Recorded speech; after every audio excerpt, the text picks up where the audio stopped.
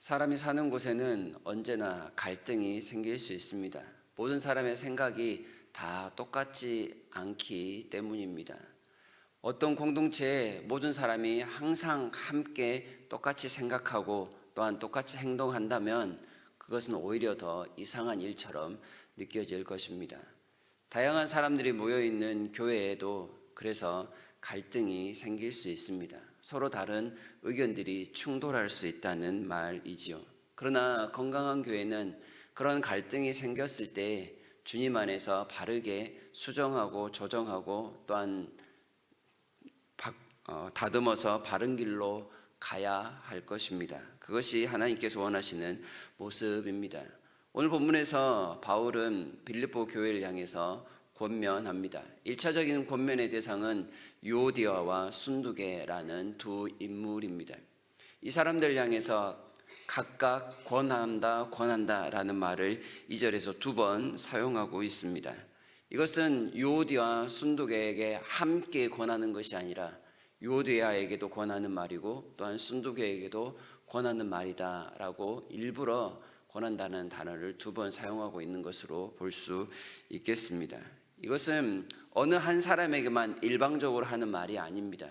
두 사람이 각각 사도 바울에게 1대1 대면하듯이 그 말씀을 듣고 행하라라는 의미가 담겨 있는 것입니다. 학자들은 이 두 사람이 빌립보 교회 안에서 아마 다툼이 있었을 것이다 이렇게 추측을 합니다. 빌립보 교회 안에서 지도자격이었던 이 두 사람이 다툼을 벌이는 그 일에 대해서 사도 바울은 주 안에서 같은 마음을 품으라 라는 하나의 해결책을 제시하고 있습니다. 이들의 다툼은 아마 세속적인 내용이 아니었을 것입니다. 교회를 더 잘 섬기기 위한 그 열정 가운데서 나타났던 조금 다른 의견 차이가 이들의 다툼의 원인이었을 거라 이렇게 볼 수 있습니다. 어떻게 하면 교회를 위해서 더 나을 수 있을까에 자기의 그런 열정이 과하다 못해 다툼으로 벌어졌을 거라는 그런 말씀인 것이죠. 그래서 바울은 이렇게 열정이 있는 사람들을 향해서 가장 본질적인 문제를 다룹니다. 주 안에서 같은 마음을 품으라. 주님께서 무엇을 원하실지 한번 다시 생각해보라 라는 그런 뜻입니다. 아무리 내가 추진하고자 하는 그 일이 교회를 위해서 하나님을 향해서 옳고 바른 일을 할지라도 그 일을 통해서 다툼이 생기고 분열이 생기고 파당이 생긴다면 그것은 주님 안에서 한 번 더 다시 생각해야 될 일이다 라고 가르쳐주고 있는 것입니다.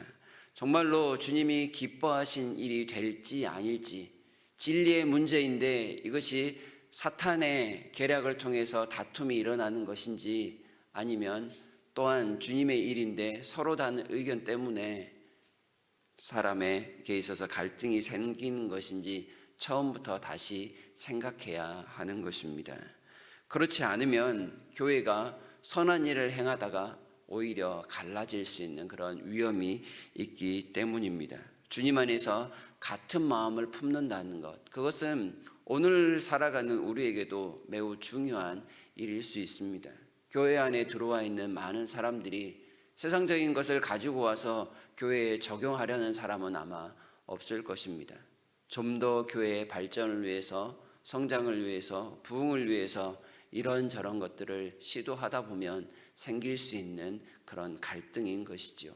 그때 우리는 보다 더 중요한 것, 주님 안에서 같은 마음을 품고 함께 더 생각해보고 기도하는 성숙한 모습을 가져야 할 것입니다. 유오디아와 순두계가 그런 열정이 있기 때문에 바울은 이러한 말로 권면합니다. 그러나 그 당사자에게만 권면이 그치지 않습니다. 3절에서는 참으로 나와 멍에를 같이 한 너, 이 사람이 누구인지 정확하게 나타나 있지는 않습니다. 그러나 빌립보 교회에 아마 지도자격인 사람이었을 거라 이렇게 추측해 볼 수 있습니다. 그 교회의 지도자인 그 사람을 향해서도 한 번 더 권면을 합니다. 3절에서 이 사람들이 유오디아와 순두계가 복음에 더욱더 합당한 일을 할 수 있도록 너는 도우라 라는 말로 권면하고 있는 겁니다. 그리고 이들의 갈등을 잘 화합하고 화해할 수 있도록 또한 네가 적극적으로 돕는 역할을 하라 말씀을 하고 있습니다. 이 두 사람은 어느 누구도 놓칠 수 없는 귀중한 사람들입니다. 더군다나 이들의 이름은 하나님의 생명책에 기록된 이름들이니 더욱더 소중히 여기고 그들을 돕는 데 힘을 모으라라는 그런 권면을 주고 있는 것입니다. 나아가 빌립보 교회 전체를 향해서도 사도 바울은 권하기를 놓치지 않습니다. 4절에서 주 안에서 항상 기뻐하라. 내가 다시 말하노니 기뻐하라. 교회가 온전히 어떠한 상황 가운데서 먼저 생각해야 될 것, 주님의 그 복음 가운데 있다라는 사실, 주님이 우리 가운데 함께 계시다라는 그 사실로 인해서 기쁨을 회복할 것을 권하고 있습니다. 주님 안에 있는 그 모든 사실들을 기억함을 통해 하나하나 주님 안에서 생각해 보는 가장 기초적인 일, 그렇지만 가장 중요한 일을 통해서 주님 주시는 그 기쁨을 잃어버려서는 안 된다라는 말씀입니다. 그래서 5절에서는 너희 관용을 모든 사람에게 알게 하라. 분명히 무언가를 용납해야 하고 무엇인가의 문제를 해결해야 되는 그런 상황에 있었던 것이 틀림이 없습니다. 그러할 때 관용을 보이라.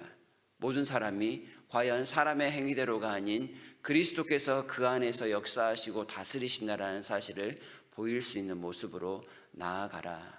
그리하면 우리 안에 있는 그 기쁨이 넘칠 것이다. 이렇게 우리에게 알려주고 있습니다.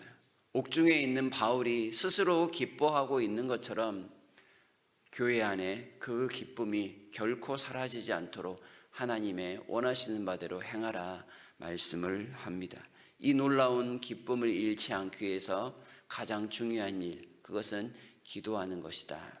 6절과 7절 우리에게 너무 익숙한 말씀인데요. 6절과 7절을 같이 한번 읽어보겠습니다.